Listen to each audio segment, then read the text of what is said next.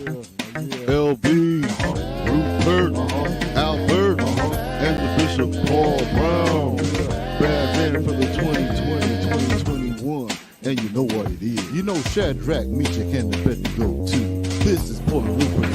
We're back! Coming out with a brand new thought, covered under the blood in which we were born. So we know how to get to. A is for bold, A is for active, D is for determined. When you consider King David valiant, you have an idea and understanding of taking this. Stay tuned. Hallelujah, revive us again. We are excited to bring fresh commentary, good conversation with two bad men. Boy, you don't want to miss this. Bad Man for Christ.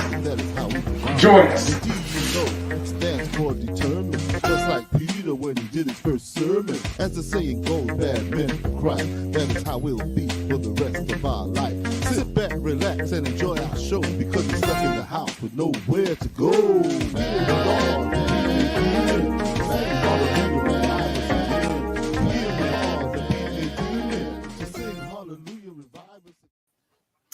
Welcome everybody to another edition of the Bad Man Show. Overseer, welcome. Bishop, it's good to see you, sir. It's good to see you. Another Monday, another 7:15, another Bad Man Show with two bad men for Christ. It's good to be here. How are you doing, sir? I'm doing very good, sir. I had a good week on last week. Thank God for his continual blessing. I just want to extend my greetings to our guests and each and everyone that's been so faithful joining us on these Monday evenings. And I want to just announce again, just let you know how much God loves you, loves me. I know, and I know God loves you. Amen.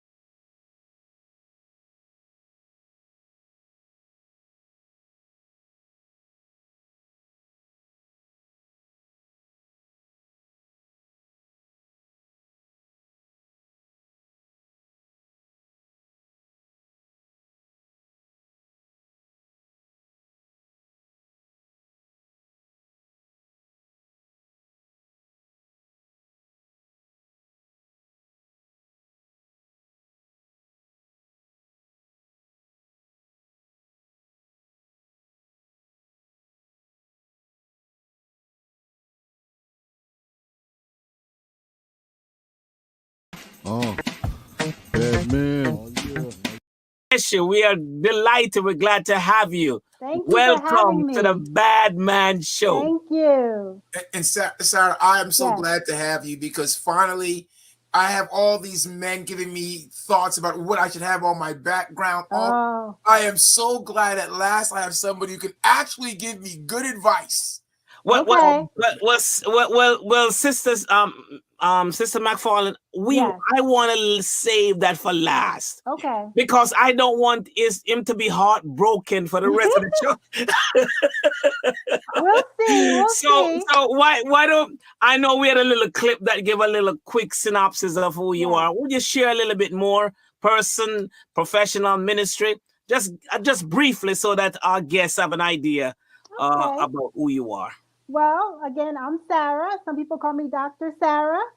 I am married to Scotty McFarland. And I have 3 other people in my house that call me mom. Oh. One is 16, one is 13, and one is 7, and they keep me Wow. very busy. So two boys and a girl. The youngest is a girl. All right. Wow. So with that, I also I licensed psychologist. I graduated from Seton Hall University here in New Jersey with a PhD, because there's different doctorates, a PhD in counseling psychology. And so I would say that was in 2007. So that now is like a long time ago. So for the last 14 years or so, I have been specializing in the area of trauma and abuse. So child trauma and abuse. Also within the last couple of years, because I'm also a very creative person, I've been specializing in fashion and design psychology. So that's helping people create wardrobes and create spaces that support them emotionally, make them feel better. Well, Dr. Sarah, that's Yeah. great. But I'm glad you also specialize in trauma, because my co-host has created a lot of trauma. Oh in his no. house. So would you no quickly talk to me about the colors here? I have Okay. black on, he Okay. has salmon on. What's the psychology behind all of that? Well, I would say there is no good or bad color. There is. And Don't help him out. There is. There's good and because bad. color is seen within the context. So you look at color within all the other different colors around it. So black and white, those are good colors. Salmon, that's a good color. But you also have to consider the color that it's with, whether or not it looks right or not to the eye. Oh. So right now Ooh. you have a white background on black and white. That looks fine to my eye. Yes. And he has salmon with it almost looks like a sage green, but I can't tell. And those colors actually look good together. Those colors are actually complementary. Oh my Yeah, goodness. so- Oh yeah. Yeah. Oh my goodness. You're scoring some good points on the Yeah. show I didn't already. pay her. I didn't pay her for that. I did not pay her. I did not pay her. So I just want you to know. All right. Okay. But Sarah, that's great. So tell us a little bit, because you're really doing, I guess it might be the same thing. Kind of tell us how you kind of got to trauma, and now you're talking about colors and creativity with that industry. So you dealt with child psychology in those areas. Now you went to this other area. How do you mesh them? One, I'm sure you probably do mesh them. But number two is, how do you get into the differences? Well, it's all my interest. So I always wanted to be a psychologist from high school, because I was so interested in children. I was interested in adolescence. I was interested in how children manage the whole adolescent period and made it to adulthood. And plus, I had a difficult time during adolescence and high school. So I think I wanted to help other children, other young people. So I always had this desire to help. I didn't know exactly what it would look like, but I knew that I wanted to be a psychologist, and I knew that I wanted to help them in some capacity. But along with that, I also was always interested in fashion and design. And at the time, I didn't know that you can actually put the two interests together. So I went the path of psychology and trauma. And then as I was in my career and I was a little bit dissatisfied, I was feeling like there was something missing. I searched and I researched, and I found that, design psychology and fashion psychology are a real thing. So then I kind of put the two together. And also, as a psychologist, you can study so many different behaviors. You can study all different groups of people. So, when I do some of my work with wardrobe consulting, I'm still helping young people. Like sometimes I help teenagers as they're trying to develop and they're trying to go through the normative developmental process. I try to help them create a look that matches that. So I see what their wardrobe looks like, how they're dressing, and I try to put the two together so that they can be their best self on the inside and on the outside. Oh, great. All right. Yeah. Take that same thought line and move that into the church culture, Okay. if you would. Okay. Do you see a shift between this generation? I'm not sure if it's an X, Y, Z, or P. But whatever it is, is a shift to the other generation where you were jacket tie, hat, Yes. white gloves, to today's Yeah. culture where the shorts and jeans and t-shirts. So I would say that, historically, traditionally, we've been very structured as a society, very boundaried. And that showed up in our clothing. So you had your work clothes, you had your church clothes, right? You had your going out clothes, and they were not the same because our society tended to be very, very structured. But as the years went on, that structure has eroded a little bit and gotten a lot more relaxed. And there's so many complexities in that. One of them is like the rise of urban wear. The other one is like just having more relaxed views. People are questioning tradition. So you see that in the clothing. So nowadays, there really isn't like a boundary between different types of clothes. Like even for my own kids, like church clothes and work and school clothes are the same. That's not how I was raised. And so some people have a problem with that because even people my generation and older, they're used to having a very structured way. So when you go to church, you dress up. But now it's changing, and it's not really right or wrong. It's just a different culture, and you have to kind of take each case individually. Like why, if you're going to church and you're dressing up because you want to dress up, that's fine. But if there's any, you have to kind of think about what other reasons there are. If you're going to church and you want to dress down, that's fine. But what are the reasons? Because clothing is a communication. We don't often think about it that way, but clothing is nonverbal communication. So we need to be aware of some of the messages that we're conveying. I agree. Yes. Yeah. So I know Bishop told you, or they should have told you, I'm the guy who goes off to the left and to the right when it comes to questions. So I have a question a little bit to the left though. So Okay.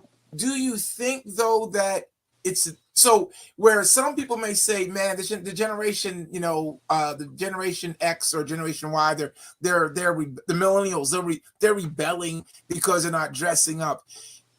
Are they saying we want a different way of doing worship or doing church by not dressing up? Or do you think it's just that they're just more comfortable that way? What do you think is their psychology in it all? The people that are deciding not to dress up. Yes. I think it's part of the culture. The culture has just been very much more relaxed than it is. And so, a long time ago, people didn't go to church because they felt like they didn't have the right clothes. So then there was this whole idea that, you should just come as you are. And that kind of crept into the culture. And then as society just became a lot more relaxed, that became more of the thing to do. And so I don't think it's a matter of rebelling. I just think that it's just a different way. Some people might think of it as rebelling. If they're very much stuck to their way, they might think of it as that. But I think you have to take each church culture for what it is, because you go to some churches and everybody dresses down. That's the way that they're built. But then you go to some and they're not. So you kind of have to just look at what culture we're looking at, if a person wants to dress down and they see a church that's traditional and doesn't do that, they just might go to another church. That might be enough to turn them away. Right. So yeah, I mean, that's interesting because at one time men were required, quote unquote, a written rule to wear jacket and tie. Yeah. Yes. And in fact, there was a whole culture sets around it because Easter was the time you actually get your new suit for the year. Yep. Yeah. And that was that was like your spring cleaning, bring in the new, get rid of the old. And so that has actually changed now because there is not much emphasis on what you're wearing. So now, what messages should the older generation take from seeing the younger one coming with jeans with there's two ripped knees, the jeans is torn, and you can see the threading. If dressing is unspoken language, what is it that they're trying to say? The people that are dressed that way, I think they're just part of their culture. That's a whole I'm relaxed. It's a very much I'm gonna be me type of mentality. And it's also, they're also getting support from the wider culture. So it's not like just them alone saying that. They're getting support to do that. Okay. And some, some older people, some people who are more traditional are put off by that. That's the way it is. But then you have to think, how far do you let that go? Are you so focused on how they're dressing that you're not thinking about their heart and the inside? Or are you going to just kind of stick to your guns and say that's not the way we do it, and then not and be inviting? And if that's how you're going to be, then you know that you're just going to lose some people. Yeah, I think there's always that struggle, right, with that mentality of dress between, are you rebellious, are you just doing it because, like you said, want to be comfortable? And sometimes, most times, it's I want to be comfortable. I'm not doing this to rebel. It's just how I want to dress, and I don't think it takes all of that dressing to still touch God, right? Because we don't dress that way at home when we're in our bedrooms. We don't get our suit and tie on and say, okay, now I'm gonna pray to God. We just dress the way we dress. So I think it's that mentality. So how do you look at, so let's look at then corporate America, because in corporate America, sometimes you have certain ways you have to dress. I mean, I've come out of that where you have to dress a certain way and versus the church. So how do you think you compare the corporate America versus the church right now when it comes to that attitude? I think it's sort of the same underlying message. Clothing is a form of communication. When you're in corporate America, they want employees to wear things like suits. Sometimes they want them to wear uniforms because you're representing the organization. So when people see you, they see the organization. So they want you to represent them in a certain way. So, for example, if you go to a restaurant and you see somebody dressed in the uniform, you expect them to be accommodating because that's how the organization wants you to see that organization as accommodating. Now, of course, that may or may not be true, but that's what they expect with the clothing.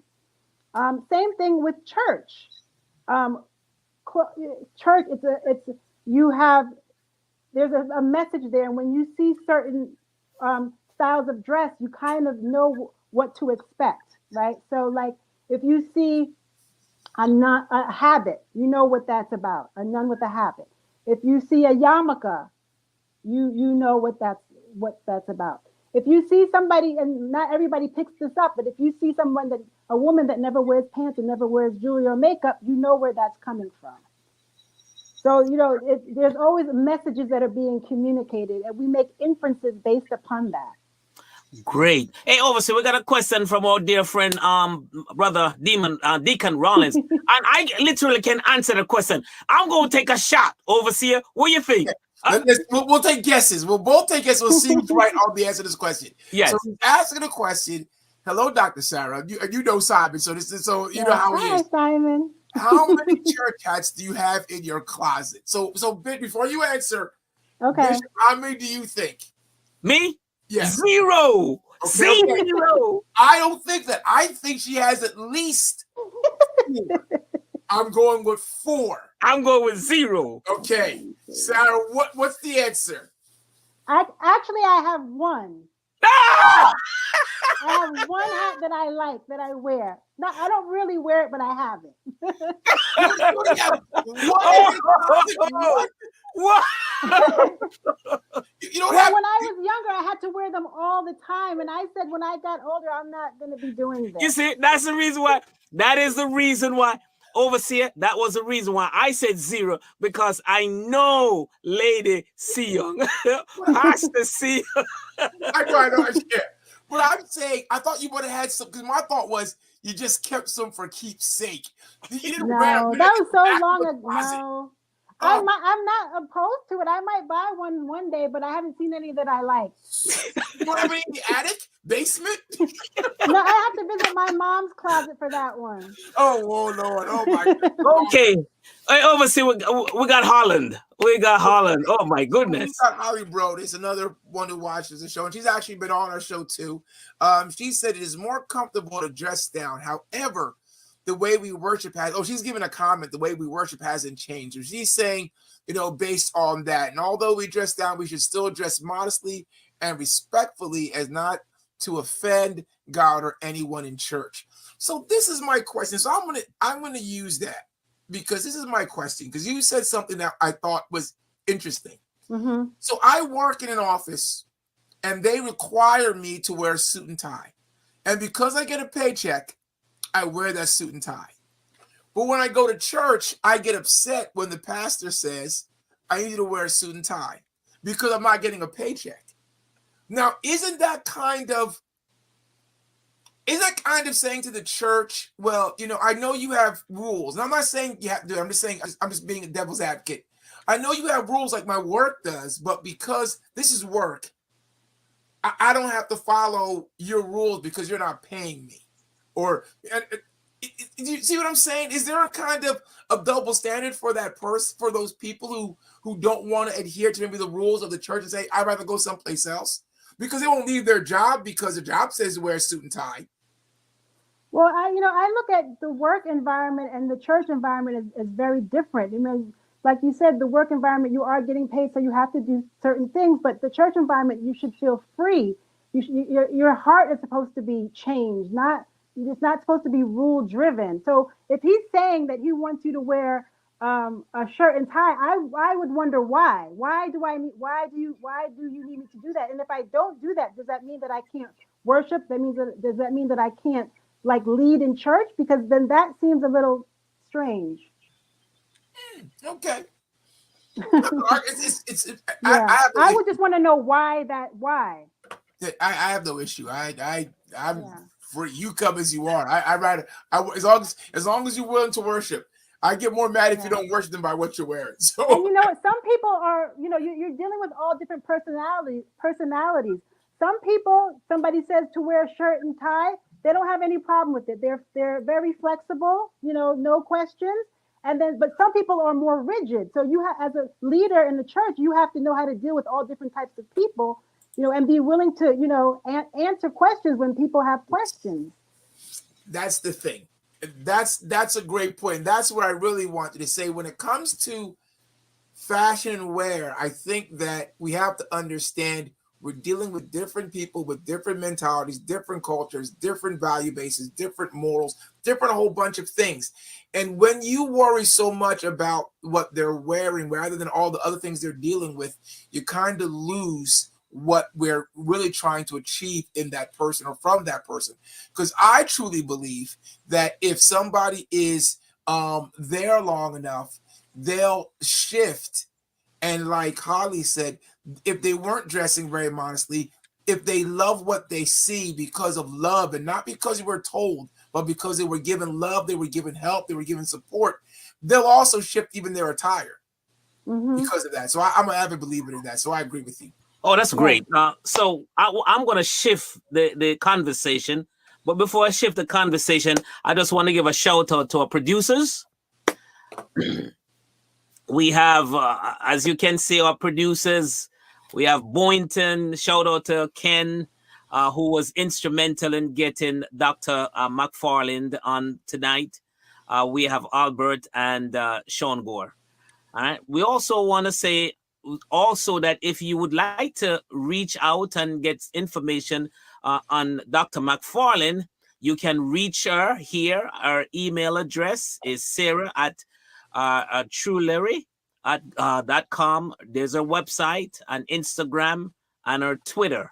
So please, if you love what she's saying and you'd like for her to explain some of the dynamics behind clothing, please reach out to her. I'm shifting this conversation now is I want to talk about operating in a well-designed area.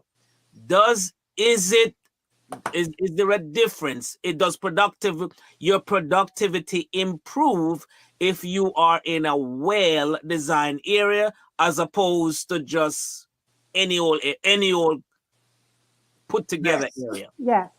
So research does show that when you are in an environment that lifts your mood, that you can be more productive. But what's well designed may vary. Okay, so a lot of times, just the same thing with clothing. We're dictated to about what is the proper way to design your home. We see all kinds of trends in the magazines. That's fine, but that may not necessarily lead to a meaningful space. You have to consider certain needs when you're talking about designing a space or having a well-designed space. So one, you want to have your safety needs, your physical needs met. You know, you want to feel safe. You want to have locks on the doors, right? That's one need. That's the very basic need. Then you have other needs, like you have your psychological and social, spiritual needs. So that's like the need for belonging, the need for love. Then you have your social needs. It's how whether or not you're introverted or extroverted, how well you connect. Sometimes you might need open spaces if you're more extroverted. Sometimes you might need more segmented spaces if you're more introverted. Then of course you have your aesthetic needs. You want something pretty to look at. And so those are some of the things you want to consider when you're talking about a well-designed space. And there's a whole bunch of science too that you can consider, like the science of color. You know, you have warm colors, which are orange and red, cool colors, blue and greens. And studies show that when you have cool colors, you in fact do feel cooler. And when you have warm colors, you do feel warmer. And there's other things too, like they say that if you have like a warm colored background, you might seem friendlier. If you have a cool color background, you actually might seem more powerful for people in an office. And of course, that doesn't mean that you're automatically going to be friendlier or more powerful. You have to consider personality and stuff, but it's just saying that it might be more likely. So let me ask before Overseer jumped in on this real quick. Yeah. Let me ask. So how would you go about creating a well-designed space for me to have my productivity just hit the roof? Okay. So what I would do is I would sit down with you and I would do some assessments. So we call that like an environmental autobiography. So I would look at your history. What's your history of spaces like? What in your past has been some of your most favorite spaces? I mean, some people have trauma around spaces. You know, some people have had traumatic experiences. But when we sit down and go over your history, I'll be looking for high positive associations. So I can give you answer to all of that. Okay. Everything is off the charts. So we would have to narrow it down a little bit. And so I would ask, so if you told me that there are certain things that you enjoyed that gave you positive memories about your past, whether it be something of your grandmother's, a certain color or something, I would look to see if you had that in your space. Oh. And it's not about recreating the past, but recreating the feeling, the positive vibes that you got from the past. So are you able to recreate that? How can you recreate that in your current space? Okay. That's what I'd be looking for. So do you also look at mess? Because like my office is a mess. So, but I don't see a mess. I see just a lot of stuff and I know where stuff is. If somebody walks in, they see a mess. And I've heard that more clutter kind of reduces productivity. While no clutter doesn't help, but you should have something, but a lot of clutter does, reduce productivity. Is that true?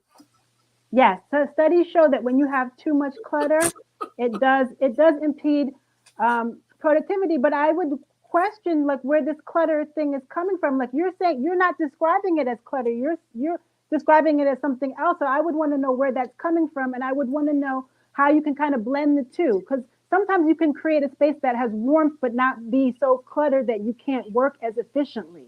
So are you working efficiently? Can you work more efficiently and at the same time keep some of that comfort that you're feeling that you say you like in other ways? I don't think it's comfort. Okay, but I can't as a question here. Okay. I wish I could say it was more efficiently, but I'm a little bit tired. I run ragged, so I don't think it's as efficient as it should. Okay, so yeah. So then you would have to work to see how you can reduce some of that, because it doesn't sound like you're saying it's negative. It sounds like you're saying other people are saying it's negative. Yeah, to me, it's not negative. And he's confused. So we got a question. Let me go to the question. We'll get back to the time. Look at this question. So, Dr. Sarah, how short or tight should the dresses or men's shirts be? Is showing too much a fashion choice? Oh, I would never say something is too short, or in my work, something is too short or not to anybody. What I would do is I would try to figure out how they're feeling about it, what people are saying about it, and where the conflict is coming from. So I wouldn't be, even if I thought it was too short or something, I wouldn't necessarily come out and say that right off the bat. I would kind of see where they are with it. Like, for example, if somebody had an issue and was wearing like skimpy clothing, revealing clothing, and they got a lot of negative feedback on it, but they didn't understand why, because they didn't see it. I would try to figure out where that discrepancy comes from and why they're not seeing it, and maybe help them to discover how they can dress in a way that really is consistent with how they feel. Because perhaps they don't see it because they associate this skimpy clothes with something. Maybe they associate it with value. Maybe they associate it with looking good.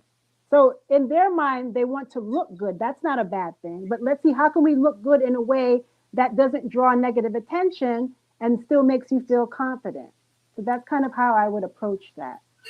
So let's move this towards the church sanctuary. How does this translate into a church sanctuary? Does it really matter?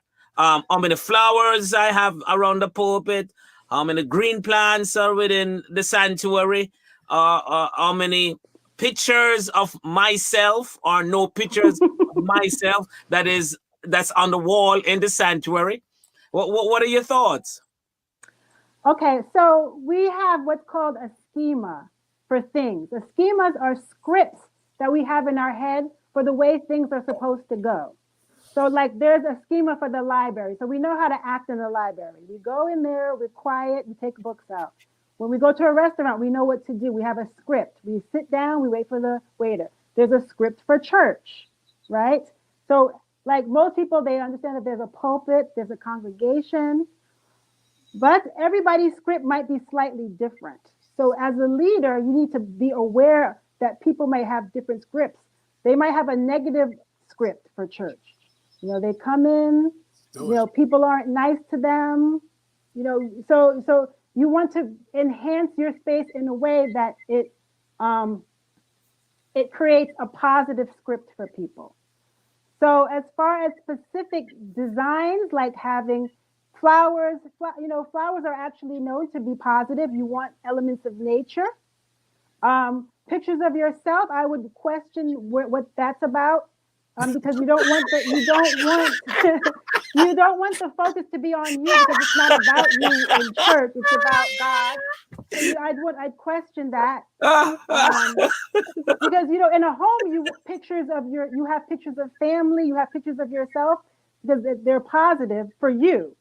So when you're in church, it's not for you; it's for everyone that's coming in. So what you're saying, Sarah, is that I should not have my 30-foot long poster picture of me standing there with my arms crossed in my robe with the sign underneath, you know, this is the church of Jesus Christ. I should have that. That's what you're saying. That should have. Okay, I get it. I think everything sends a message. What do you think that message sends? I thought it meant, hey, look at me. I'm a man of God. That's where the problem could lie. Hey, look at me. Yes. Yeah. I was like, hey, look at me. I'm a man of God. I was wearing my robe, but I guess I got to take it down. I'm sure I don't have that. But maybe that's good for your personal office, to remind you for you. You know, maybe that might not benefit the other people. Hey, but let's add this though, because a lot of times though, like for instance, I have a picture. Like I don't have a 30-foot poster of me. I don't have that. But I do have a picture of the founder in the back of the sanctuary. Big, a one that we gave them for their. We gave my. I think we gave it for their anniversary, but we put it back there because when my mom and dad, you know, take the picture down. We start thinking how. So when we put it up there, so that we remember them. Because I'm a big legacy guy, right? So we have that picture in there, right. So I can understand that. But I'm not big on putting my picture on a bunch of stuff. I literally had to be convinced to do some stuff, and I'm just not that guy, because I agree with you. Our presentation should be Jesus, not individuals that are leading the church. Even though we're leading the church, we are not the leader of the church. We are a subset of the leader. So I agree with you on that. So Ryan Rollins says, so Dr. Sarah, how do I handle being called demon? Rollins instead of Deacon Rollins earlier, I feel traumatized by Bishop Brown. Maybe Bishop can give you some counseling. Maybe you go to him Deacon Simon, I really didn't intended to call you demon. It's probably you probably heard wrong.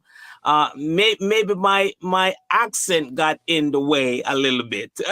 but just before we take Michelle's, no, go ahead and take Michelle Robinson's question, because I want to ask you something in another area. It's not really quick. This is more of a comment from Michelle. She said, "I don't think I want to sit in a chair and picture," and I guess she's saying, and the picture is constantly in front of her. So her seeing a picture of the leader constantly in front of her. But there is a very huge church in Atlanta. I won't say the name of the church. That's what it was. It was, and there was 30,000 people at that church, and no one had a problem. We don't know if anyone had a problem. Well, let's put it this way: the majority didn't have a problem with it because they were still coming, right? So there were still 30,000 people there. So it's strange sometimes, but I think again that depends on who you're trying to reach, like you were saying, right? The makeup of the church depends on who you're trying to reach. Traditional churches, the pastor's chair, the minister's chair, that may not reach some people. They don't want that. And there's some people who just want a stage, like we see now, stage with the music and the nice plant there in the background. That pulls some people. So I think it depends on who you're trying to reach. Right. So like, back in the day, that was normal to see that. So no one will, if you were raised in that, then you wouldn't question that, until you saw something different, perhaps. Yeah, definitely. Okay. Definitely. Okay, so we are going to ask this question now. I think it's time that we get into this very deep question. No, you want me to? You're going to ask her take care of this one first, because I want to shift into child trauma. Okay. So we'll talk about this one first. I was going to get into my deep question because I want to make sure we don't lose out on my background. So can this be cultural also? So I guess the question Michelle's asking is also, can the way we do things for our the visual things we do visually, can it be a cultural subset also, not just an age kind of thing? Much of it is cultural, and it's sort of interwoven with age, because culture kind of changes with generation. Because if you go to another church, you'll see a completely different style of worship. You go to another church, you see some churches you can't make a noise. Other churches you better make a noise. So it's very different. Its culture has a lot to do with it. Yes. All right, great. So the question I want to ask is, can you share anything coming out of the pandemic? As the pandemic in any way increase child trauma in any capacity?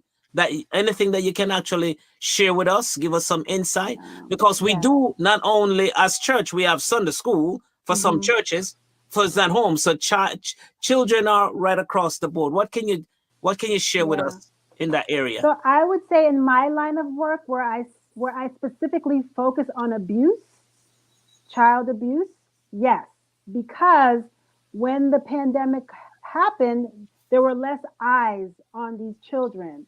So they weren't in school, so they didn't have teachers and principals reporting the abuse.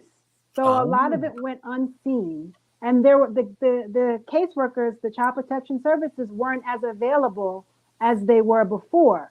So there was a lot of suffering that did go on, unfortunately, during the pandemic. How do you address or deal with these type of situations? Well, specifically for me, I do psychological evaluation. So my job is to really put pieces of puzzles together. So I spend putting pieces of puzzles together all day. So child comes in, they report abuse of their parents or somebody. You always have different undertones in each case. Like some of the caseworkers or the CPS, I should say, you always kind of know what they believe by the way that they write things. So like sometimes, the kids are believed, you have to go by what they say. Sometimes the kids question the parent. So, sometimes they feel like the parent is coaching the child. So there's all different kinds of cases. And so my job is not to believe or to believe, not to believe or to believe. My job is to go by what's being said to me. And to consider it within the context of what's happening. So I look at their history. I look at the parents' history. I look at how the children are doing in school, because that's information. I look at the relationships. What was the relationship like before? So I'm just really doing a lot of investigation and a lot of digging to say why this child is presenting this way. And then sometimes I even have parents, like I said before, sometimes you can tell how the CPS feels about the family. I had one case, which is one of many cases like this, where they felt like the parent was coaching the child into saying that abuse happened by the other parent. Wow. And so when I met with the parents, I have to assess everything. So I assess their personality functioning. And when I met with the parent, I didn't see that. I didn't see coaching, but I did see that she was very histrionic in her presentation. And that came from wanting to feel validated, feeling like she had to do so much to achieve. And she took that into her parenting. So she became very overbearing. And so the other parent kind of uses that against her. So it looks like she might be coaching. It looks like she might be trying to tell the daughter to do certain things. But in fact, that's actually her personality, is to kind of try to get everything done because she feels like she's the one to do it. So I can't say whether abuse happens or not, but I say that the division might feel, or I should say CPS, Child Protection Services, might feel that she's presenting this way. She seems like she's coaching because of her personality function, which doesn't mean that she's coaching. So I just look at all the pieces to see why someone is presenting that way. I'm sorry. One quick question there. Yes. What do you recommend for non-professional like us? How do we recognize something like that? And what you think that we should do? I think that it's a good idea to start making referrals to people who specialize in that. If you notice that there's something wrong and you don't know what it is, it's not your job to necessarily know what it is. You just make referrals to treating professionals to get evaluated, to see a therapist or a counselor, or to CPS if you feel like you really need to do that. Because it's good for churches to do that, because it shows that they not only support the spiritual, but they support the emotional. And you have to have both emotional health and spiritual health. You can't use one to substitute the other, because if you are using your emotional health or emotional life to substitute for your spiritual life, that's not going to work, because you can only you can only make yourself happy so much. But you also can't use your spiritual life to substitute your emotional life, because if your emotional life is not well, you're not going to receive what's being said to you. You're not going to hear from God, really, because you're not even in your right state of mind. So they both have to support one another. Right. So Sarah, so you were talking about abuse. I'm going to just a little bit just to regular trauma, because I think kind of Bishop was talking about this also, was in this time, we notice how it's affected adults, how this COVID has affected adults, whether it be through work, having to work at home, or not being able to get out as often as possible. And so we know that it's probably affecting kids too, because of school, not being able to go to school, now going to school with all the masks and all the panicking and all those things. And of course, we parents don't make it easier, because we're like, hey, wear your mask, or hey, you got, we get real nervous, don't cough if you're in class, because they're going to send you to the nurse and you have to come home, all that kind of stuff. How have you seen an increase in child trauma, just basically not based on abuse, but just regular psychological trauma because of it? And then what do you kind of do to help them through that? What maybe are one or two steps you kind of give them to say, hey, this is what you want to do to kind of help you through it? Yeah. So, the pandemic was tough on everybody. And it's kind of like, this is something that we, at least in the United States in this generation, hasn't really seen. It's almost like, other countries, they have wars and they have to deal with. We had the pandemic that we have to deal with. And so we would deal with it in any way we would deal with a catastrophe, right? The best way that we can. So, what did we have to do? We had to stay home, right? We had to go to school at home. Nobody really wanted to do that, or many people didn't want to do that, but we had to make the best of it. So, kids need certain things, right? So they couldn't go out, but they need socialization, they need nurturing, they need structure. So it's on parents, caretakers, to be able to still provide that as much as they possibly can. It may not be perfect, but as much as they can. And where they mess up or where they fall short, have communication about it. Let children know that, you know what, this is how you handle problems. We're not going to be perfect, but we talk about it, we communicate, and we have understanding. And those are the things that you have control over. Officer, we got two questions. Can you please? No, there's one before Deacon. Yeah, go ahead. Yeah. And this is not a question. This is a comment from Holly. As a special educator, I contact the school administrators and clinical coordinators when students allude to similar situations. I think she's talking about abuse. If she hears something that sounds like it could be abuse, she can contact school administrators. And for us as pastors or leaders, you have to we have a Sunday school. It's not as prevalent as it was before, but we had, taught teachers that if they heard something, they need to let me know so we can reach out to people. And that's a really tough one because for us as pastors, you have parents who sometimes are members of your church, and for you to call the authorities on them and say there's abuse possibly, that's hard. It's a tough one because then that you're supposed to be also helping them through things, and it's almost like you're causing an issue. So it's very hard and very deal with, but you do have to worry about that child because they're more vulnerable. James Howell's asking this question. James Howell shouldn't ask a question because you sold me out, man, with telling me to get rid of my picture. But Dr. Sarah, are you seeing children that will have long-term effects? So this is kind of going to the question. Do you see children that will have long-term effects because of the pandemic, so maybe into their adulthood? So this is heavy clinical depression, I guess he's talking about, right, and as such. Well, I think that could happen if they don't have the right supports in place. So there's usually other factors that contribute to that. So if somebody's going to have a long-term effect, you might see some issues earlier on in their ability to cope. You might see lack of family support, and the pandemic may just have exacerbated that. So if there's a long-term effect, it wouldn't be necessarily just because of the pandemic, but also a lot of the factors contributing to that. Because you can have somebody who does fine in the pandemic, and you can have somebody who doesn't do fine. So it's not just the pandemic. It's a lot of factors that contribute, and the pandemic exacerbates that. This brings a question to me, and this is great, Dr. Sarah. Thank you so much. It brings a question to me before we talk about our merchandise. Because you talk about fashion and you talk about trauma, and there's sometimes a correlation if your child kind of changes their fashion. Is that correct? Yeah, like that can change be. what they normally wear, not just from a preteen to a teen, but from a teenager who might have wore a lot of bright colors or whatever. All of a sudden, they're not wearing bright colors. They're not wearing the same type of shoes. This is what parents like. Can you explain what kind of little things parents should look for that could trigger a child just going into a stage that we might want to deal with? Well, we sometimes can show our emotional distress through our clothing. So you might have some people who have body image issues, and so they only wear oversized clothing. So if you notice something like that, that's a sign that maybe you need to be dealing with something deeper there. It's not just external. Like I said before, you want your external, internal to match.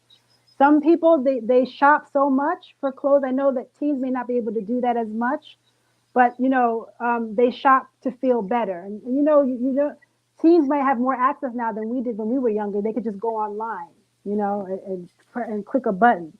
So there are some emotional issues that can be reflected in clothing. And so when you see that, that person may need to do some deeper work with a counselor, or that person can see what you would call a wardrobe consultant. So, but the wardrobe consultant works from the outside in, the therapist works from the inside out. So a wardrobe consultant will address those issues as it's reflected in the clothes. So if there's somebody with body image issues, You might do what we do like cognitive behavioral. We call it cognitive behavioral techniques. Like maybe have them wear clothes that are suitable and have them see that they can still be okay, that they're still okay, they're still valuable with clothes that that fit them. So that's just a little example. But if those issues persist and they're deeper kind of body image issues like eating disorders, then that person should see a therapist for the deeper work. Oh, great. I'm sorry. Yeah. I got to continue on because this is kind of interesting to me. So do you think that as pastors, as leaders of churches, we should also have an eye for that too, for clothing changes? And do you think as a psychologist, you would advise us, hey, there's more than just the eyes or the slouching of the person or how they change their walk. We have to look for sometimes the change of clothing that the person is wearing, because maybe a woman who was battered might wear something different because she's more depressed, because when she goes home, she's got to deal with all the stuff. Should we be more cognizant even on clothing as leaders? I mean, if you notice something, I mean, it may not just show up in the clothes, but if you happen to notice it, then that you might be able in a position to do something about it, to address it, maybe not so directly, but if there's a relationship there, you might want to ask if everything is okay, if there's anything that they need. You may not address the clothes directly, although you do see it. If you refer them to a counselor, then maybe you might want to say something like, this is what I noticed. You may not necessarily need to say it specifically to that person, but you can ask other questions like how they're doing and things like that. So It's something, if you have an eye for it, that's great. You may not, and that's not the worst thing. There might be other things that you notice. Wow. Yeah. Doc, our sister Carol Jones Simmons is asking, Dr. Sarah, have you seen a lot more anxiety in individuals that would usually not get anxious? I guess it's a hard question to answer, right? Because you would know if they would normally get anxious, but I guess that's the question as it relates to the pandemic. I think people are generally anxious about the pandemic, but I don't think that that's necessarily something to be pathologized. I think that's something to maybe be discussed. And if they need to see someone, a counselor, they can talk to someone. But I think that there is a space for sort of normal reactions. Like, for example, if somebody has a death, you wouldn't say they're upset about the death and they're in their room for a few days. You wouldn't say, oh, they're clinically depressed. They're just depressed because somebody died. So there's sort of what you call how do you say, like a scale, or like what's the word I'm looking for? But anyway, it's like on a scale. So like you have normative reactions and you might have something that's more severe. So when it gets to something that's more severe, that's when you want to address it Right. accordingly. Right. Oh my goodness, we got questions coming in, and we come. What, overseer? Wasn't many years ago the church was social service people would go to them first. I guess what she's saying, that when social service people come to the church first. Yeah. Did they come to the church? Yeah, I think the question is that many years ago, social services would kind of come to the church before the church would go to them. I guess they're saying they'd come to the church to kind of deal with situations. To assess situations that they got calls for? I guess I'm not 100% sure. I'm not sure. I don't. Yeah. Usually they go to people's houses. Usually they wouldn't go to church because it's kind of they don't. Sometimes they go to schools and it can be embarrassing, but sometimes they don't have a choice. But usually they try to go to the houses. Right. Yeah. Hey, Dr. Sarah, I'm really delighted that you agreed to be with us on tonight. I truly appreciate the wonderful information that you have shared. We want to want to talk a little bit about what's coming up next week, and also something about the our different wares that we have available. Yeah, I do, but I still want us to talk about my background, so you can prove to everybody that my background is really cool when people are telling everybody else. Okay, so but since our next week we have Jonathan Manning come on. He's an entrepreneur. He's going to talk about his business, what he does, how we can help you achieve what you want to do, and also how he became an entrepreneur. So we're excited to have Jonathan Manning on. I've known him a long time. I've known him when he was a young man over in New York, so we're excited to have him on. Also, please don't forget about Bad Men for Christ merchandise. Yes. If I was young, I would call Yes. it merch. I'm too old, so I'm saying merchandise. So we have all this merchandise. We have cups, we have glasses, we have mugs, we have hats, we have shirts, we have pullovers, we have hoodies. You want to make sure, if you can, get something. Just anything to help support what we do. What you need to do is you need to Zelle. There's the phone number, 908-821-6504. The prices are there. You can go to our website. You can see how much it is. You just Zelle your dollars over to that number, and we will get the merch out to you. How do we send it? We don't send it slowly. We send it overnighted to you. That's how we do it over here. All right. Oh, yeah. Bad. Yeah. We would love it. Now, Sarah, my sister. Yeah. I've been ragged on since now we've done the show for almost 1.5 years now. Mm-hmm. And I've been ragging about my background because it's plain. I got little crevices here. They're saying that I have issues because of my background. I said, no, I don't. I just like it simple. So Okay. please, is there something wrong with my background, or what does my background say about me? If you saw this background, what would you say about me? Dr. Sarah, before you answer the question, I want you to take a look at what a background ought to look like. In fact, there is a cross. There is a cross. It's not my fault. He's fighting demons all the time. But please, how explain to me. Let me know what's going on. Well, you know, I personally, I didn't see anything. I didn't even think of it. But I get more information from you telling me how you feel about it. So you say you don't see anything wrong with it. You like it. Now, what is that? Is that a drape or? It's a drape. Okay. Drape. I mean, it's pretty simple, and that's the minimalist look. So if that's what you want, I think it's fine. And Bishop over here with his cross. And his book. Is that a little, what is behind it? What's the white? Is that a curtain?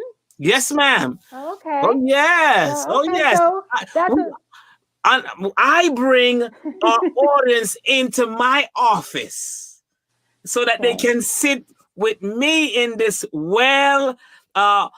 designed space. Well, so I see it. He has a little bit more detail going on. So that's just a little bit what you would call more of a maximalist, and you're more of a minimalist. Yes. And I think both can be fine. But Sarah, he's doing it because he wants people to think he's intelligent, so he has books. I like the books. I read a lot. But Dr. Sarah, that's the problem. He doesn't have any books, so we already know that he's. I don't read. No. Again, we really happy. We really appreciate you coming on. Thank you so much. Thank you for having me. It's been a joy. I enjoyed it. Even it was a beautiful show. Thank you so much for the time Thank you guys. Here and just be here with us. Overseer. Dr. Sarah, great job. We applaud you. We thank you for the work that you do.